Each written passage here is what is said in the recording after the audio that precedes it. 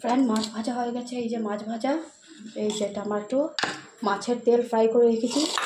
এখন মাছের তরকারিটা করে নেব।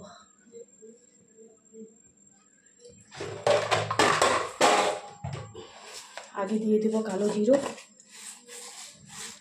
জিরা দিয়ে দেবো আগে।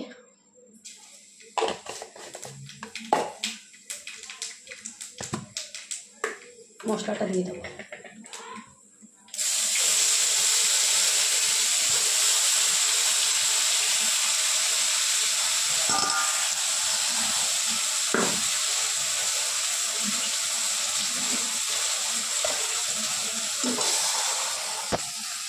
মশলাটা দিয়ে দিলাম।